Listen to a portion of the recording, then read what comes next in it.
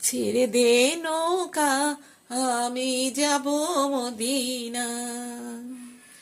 দে দে পালে তুলে দে, মাঝি হেলা করিস না। ছেড়ে দে নৌকা, আমি যাব মদিনা। কাজ না থাকলে যা হয় আর কি।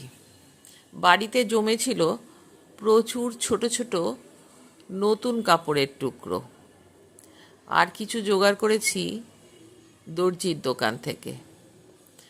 তারপর তাকে জুড়ে জুড়ে জুড়ে জুড়ে তৈরি করেছি এই বাউল কাঁথাটা। আমি বাবা পুরনো দিনের লোক।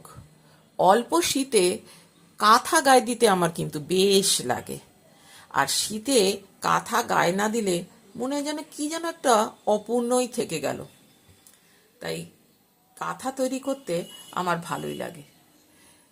আর এরকম আরেকটাও কাঁথা তৈরি করেছি আমি, সেটা আমার বাড়িতেই রয়েছে, পরে ভিডিও দিচ্ছি। আগে ভাইয়ের কাঁথাটা দিয়ে দিই। এটা আমার ভাইয়ের জন্য তৈরি করেছি। আমার ভাইয়ের এরকম অন্যরকম কিছু জিনিসের ওপর ভীষণ ভালোবাসা, তাই ওর জন্য তৈরি করেছি এই বাউল কাঁথাটা। প্রথমে এই টুকরোগুলোকে কেটে নিয়ে তারপরে জুড়ে জুড়ে ওপরে কিছু যেখানে ফাঁকা জায়গা পেয়েছি সেখানে কিছু লিখে, সেটাও সেলাই করা করে, তারপরে নিচে একটা সুন্দর কাপড় লাগিয়ে এই কাঁথাটা তৈরি করেছি। দেখো তো কেমন লাগছে।